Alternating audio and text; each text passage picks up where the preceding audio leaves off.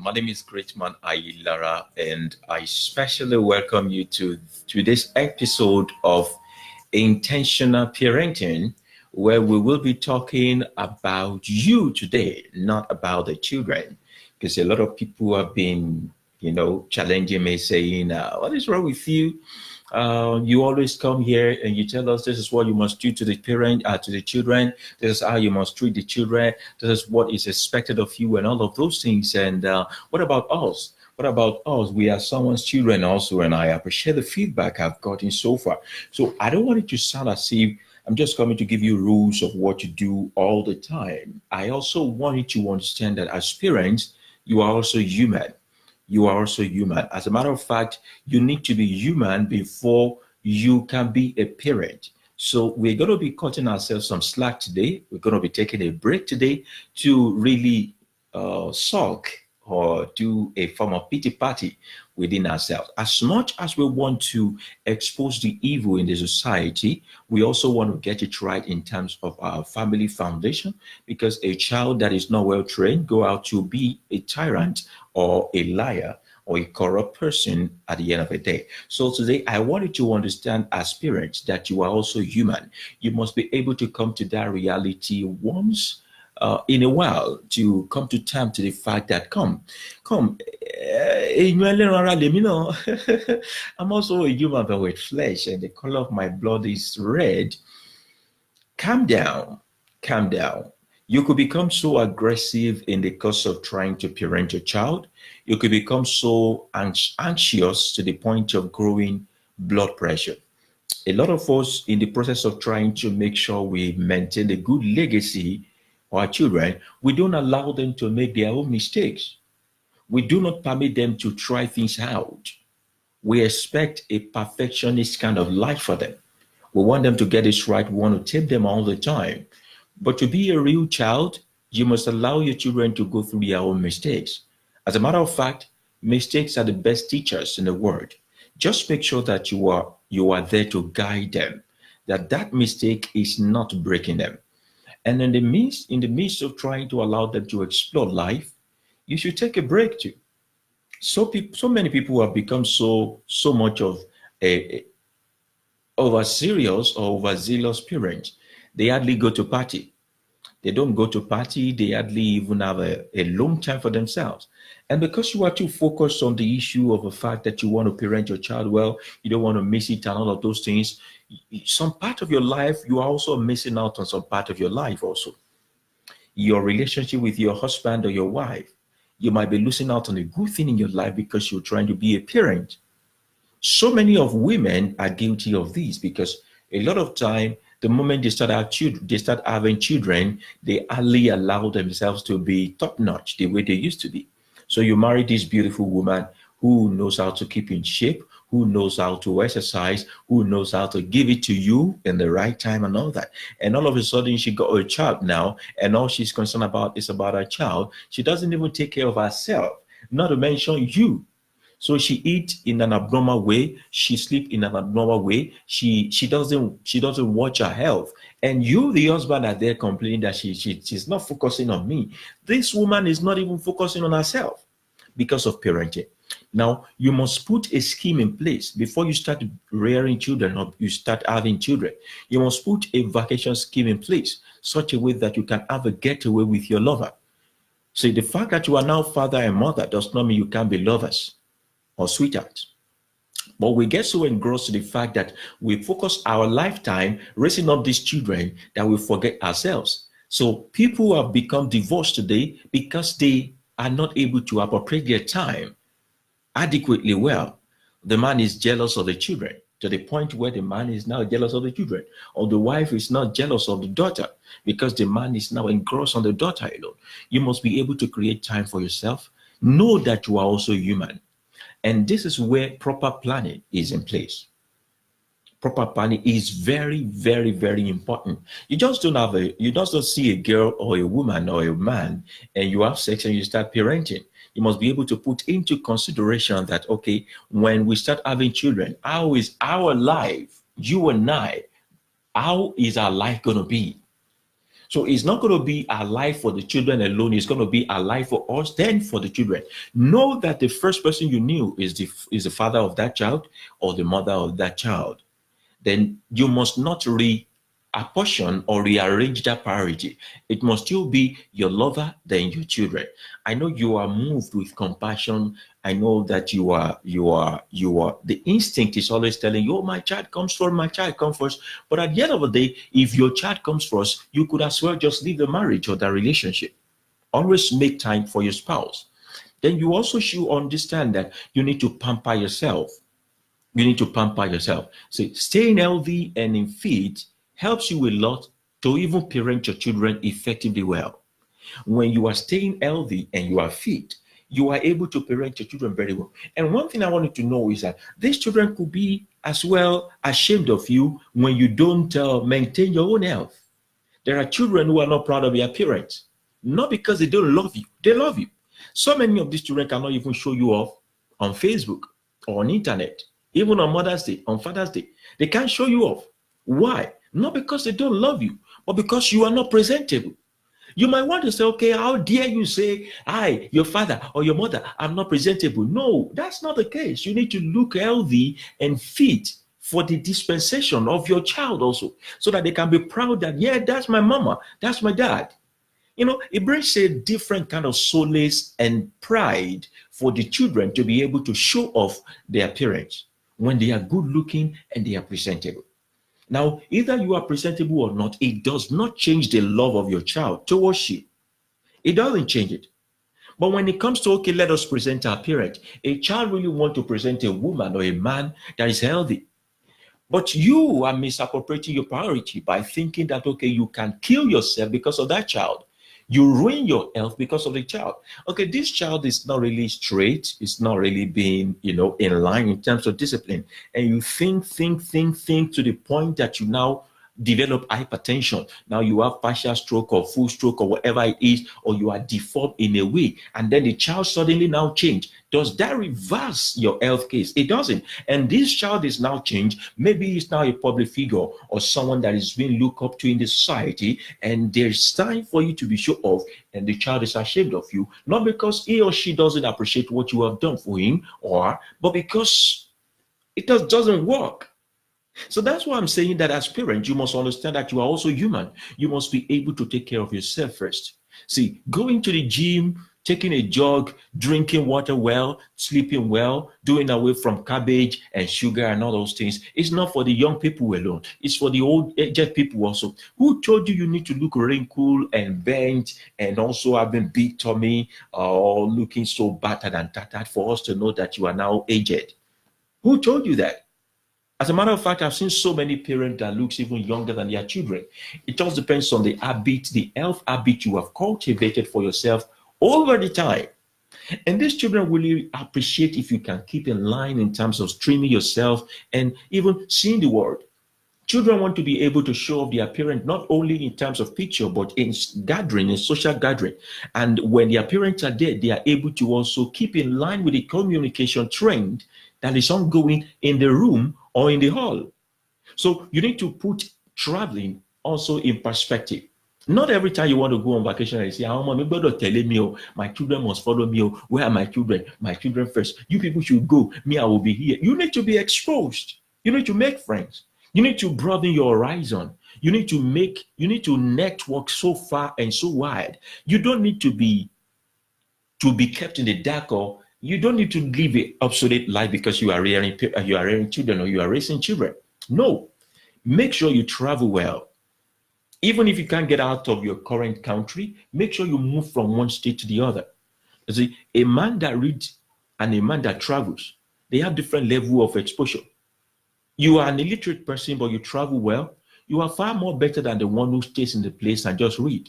Life is not all about theory. It's about practical. It is about practicing and experiencing the practical aspect of life. Now, you must ensure that you put traveling expense in place. Don't say, okay, my children must go to the top school, and then you put all the money in their school and you are obsolete and you are outdated. Now go for schools that will also accord you the right to live and to be exposed. Because these children want to be proud of their parents. They want to get to a particular place and say, my mother can talk to you about this. My mother can really have advice for you regarding that. Not a woman who is just obsolete and not thinking about things. Then in terms of your fashion sense also, children want parents who are fashionable, who knows what's up in town, not parents who go around naked, really. Parents who are fashionable. Because you are now a parent does not mean you should be out of fashion or out of date in terms of fashion. Know what is trending. Be able to keep your style in place. Be top notch. Be someone that other parents can emulate. Be someone that, okay, we can learn from in terms of the way you come up. Now, your child could love you. Your child could appreciate your experience in terms of traveling exposure. Your child could also appreciate the fact that you are keeping fit, but might not appreciate the fact that you are not fashionable. Because there are some gathering which you have tamed your children to attend in terms of their educational level and exposure. They'll be getting scholarships, by God's willing. They will be getting national and international recognition. They will be getting global recognition also. They want to attend gala night, dinner night, several nights. Some of them are going to be artists. They are going to be movie producer. They are going to be organizing movie premiere. They want to show you off. Some of them might be getting so many awards, and they want you to be the one who represent them in those spaces. And you are not fashionable. Gofe, Damo, Jasi, you are just there. Iruati Buba all the time. And they'll just be like, maybe my girlfriend should go for me. Not because the love they have for you has changed. As a matter of fact, these children love you so much. But you are not just fit for the occasion because you don't create a alone time for yourself. Because you are not thinking of yourself as also a human also. Most of us become a robot the moment we start having children. But you are forgetting that now life is about competition with your better self, with the former self. You want to be the better version of yourself. We must understand that, okay, the fact that we are now father or we are now mother means that we need to step up our game in terms of what we need to keep in touch. So you are a parent, you are also a human being. Think of yourself as one first before you start saying, okay, I want to die because of my children and all those sleepless nights. Cut it off. Let your children know on time the consequences of their actions. Now, it is the legal age that they say 18 for children to bear the consequences of their action. But that legal age is not applicable in your family. Now, at the early age of 0 age, let your child know that no, you bear consequences for your action. Now, a little child is born now, and you think, okay, all men are sin. We were conceived in sin, so the child can commit sin and go with through. And because they keep doing this and no one is, apprehending them or chastising them, they feel it's a way of life. So a little child is sucking breast now and suddenly bites the mother's nipple and start laughing. You know how to bite nipple? You must know how to get a tickle. You know how to bite nipple? I know how to give you a tickle. You just tap the child and tell, no, you don't do that. They know what they are doing. You think they don't know? They know what they are doing. Let them know that life comes with action and reactions. Actions and reactions. When you decide a thing, you must be ready to take the consequence and the responsibility of that thing.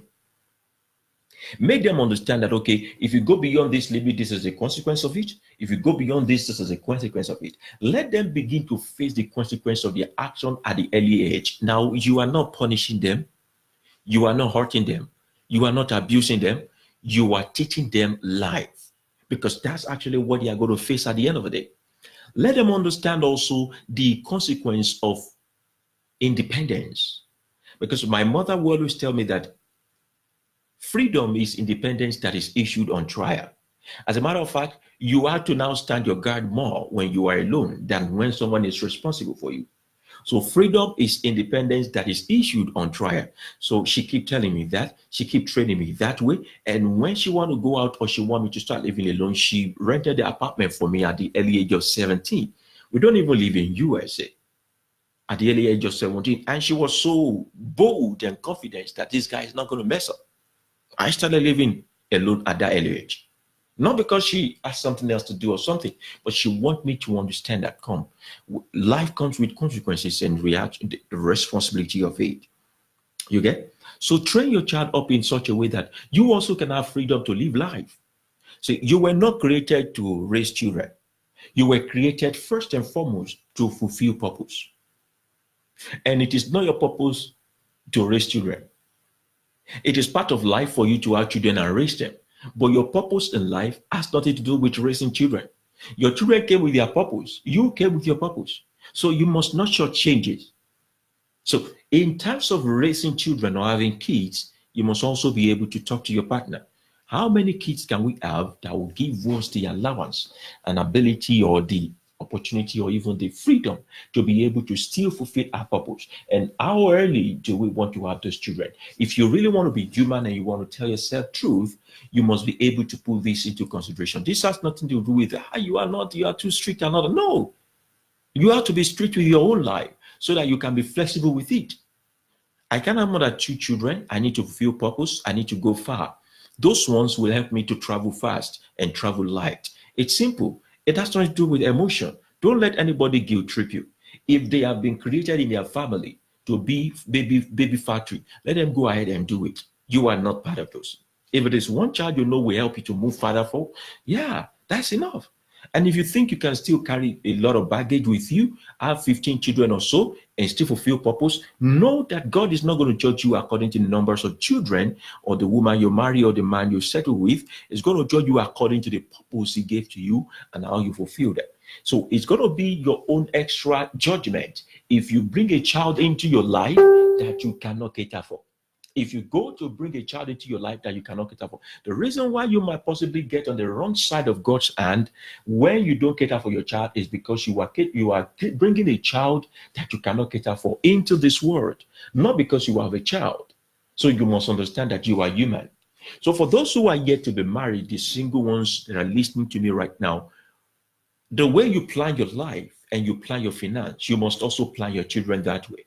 And for those who are already married, you can go back to the drawing board, visit the drawing table, and still go through it and say, okay, what are the things I'm doing wrong? Where is my excess?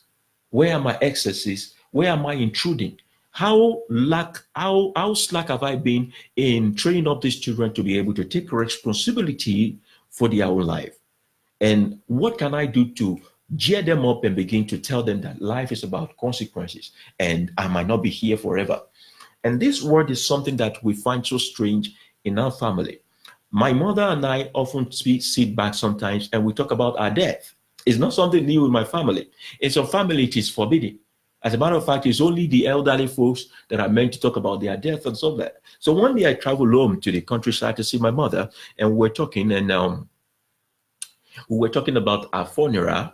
If she dies, how she's going to be buried. So I told her that it may look as if I'm burying you, I'm going to bury you in a Muslim rite, but I don't believe in embalmment. That if they tell me you died today, if I'm not around, I'm going to tell people that are around to just go ahead and bury you, and that's going to be all. But if I'm around and close, I'm coming home and burying you. Nobody is injecting you, nobody is embalming you, nobody is treating you anyhow. Your body is precious, but it's going to the ground that day that you give up the ghost. And she was like, I said, this is what I want to do. If I'm the first son in the family, I have the authority. And she said, okay, she made some adjustments and we agreed on it. I don't want her to die now. In fact, she's too young to die now.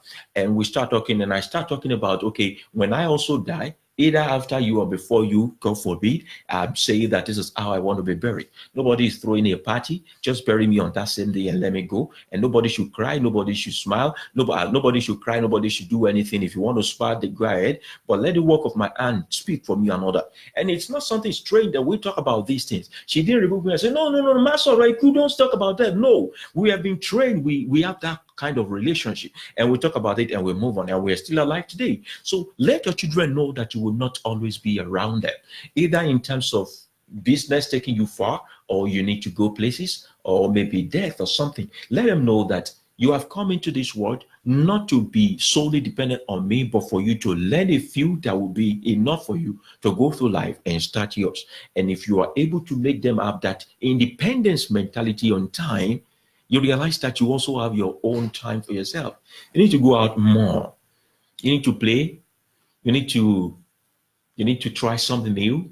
You need to camp at the beach with your lover. You need to travel around the world. You might not necessarily go out of Africa, but go to lovely beaches in in Africa, Solomon Islands, Seychelles, Mauritius, and all that. Do something something worthwhile, something that has memory. Have sex in some strange places and create big memory with your lover. And let your children know that now is mommy and daddy's time. You got to step out of it. And children understand. They understand. You think they will be too emotional and cry. If they cry, they will stop crying. If they didn't cry, do you think they will release them from the hospital? That's what my mother always said. Let her cry. If she did cry, will she come back from the hospital? All right, so that is it. You need to create time. You need to also create some kind of village experience with your lover and just tell your lover, let's go to the village and just create a hut for ourselves. Let's be 16 again. Let's try that teenage love thing again. Let the children, for once, you are not forgetting about your children, but you are actually revitalizing your love with your lover. And when you guys come back, you realize that you are in more good shape in terms of your physical, in terms of your psychology, in terms of your emotion, in terms of your health, in terms of your disposition towards life, and the aggression is reduced. And if worse come to worse, maybe you are going through sack at work, or there is uh, disparity in terms of financial area or whatever, you should be able to also talk to your children about it. Let children know that family issues stay within the family, but family must talk about family issues. Family issues stay within the family, but family must state the issues that happens in family. Let them know that if I have been behaving abnormally, if I am not so available, it's because of this and that. If you are not taking that private car to work again, it's because mommy is this, it's because daddy is this. If this and this, if because mommy is sick and all that, let them understand that, see, we are there for each other. You step in for me, I step in for you. I don't need to do everything for you just because you are my child. So parents are human too. But do we think of ourselves as human? Do we look at ourselves as human? Because the moment we give birth, we put the world's problem on our head, and we begin to live for those children alone. Children, you don't know if they will be there for you when time comes. Not because you won't do your part for them, but also think that Komoto Jogun Iya Jogun is a proverb in Yoruba land. Say before the child will eat 20, the mother should eat 30, because it is the one who has the energy of 30 that can feed the 20. It's not being selfish, it's just facing the reality of life. Be flexible, live life, know what fashion says, open a Facebook account, make friends there, go to Instagram, feed your eyes, go to Twitter, read the savages, follow blogs, know what is wrong around your society. Go to that community development meeting, attend your estate meeting. If they say there's a yoga meeting, go there. Mingle with people at gym. Let your happiness be derived from every source of life, because variety is the spice of life. And once in a while, get away from those children, stick with your lover, or just rejuvenate yourself, launch yourself in an hotel, spoil yourself silly, have some swimming, pamper your skin, massage yourself, vibrate your own blood, and be renewed. It is only a parent that is healthy, that is fitting, that is fashionable, that is exposed, that is standard, that a good child is proud of. Be that kind of parent today. So that is all on intentional parenting today. My name is Greatman Ayilara. You can follow me on all my social media, Instagram at the Greatman Ayilara, also as Facebook. Press your follow button, and you can always see me on YouTube channel, either for rebroadcast or broadcast straight away. But how do you know if I'm online? Go to YouTube, search for Greatman Ayilara, click your subscribe button, and also click the alarm button so that you know when we are live. My intention is to raise intentional parents who live their life to the maximum, as well as impact their own good life on their children. So together, family can build up a nation, and this country can be better again. And when we have good countries in place, we won't be dealing with corruption and several social vices that we have either in the religious set or in the political set or in our society. God bless you now, and don't forget to share this video with as many people as possible. Till the next time I see you again, every Wednesday on Intentional Parenting, I say, your children are my priority. God bless you now, and bye.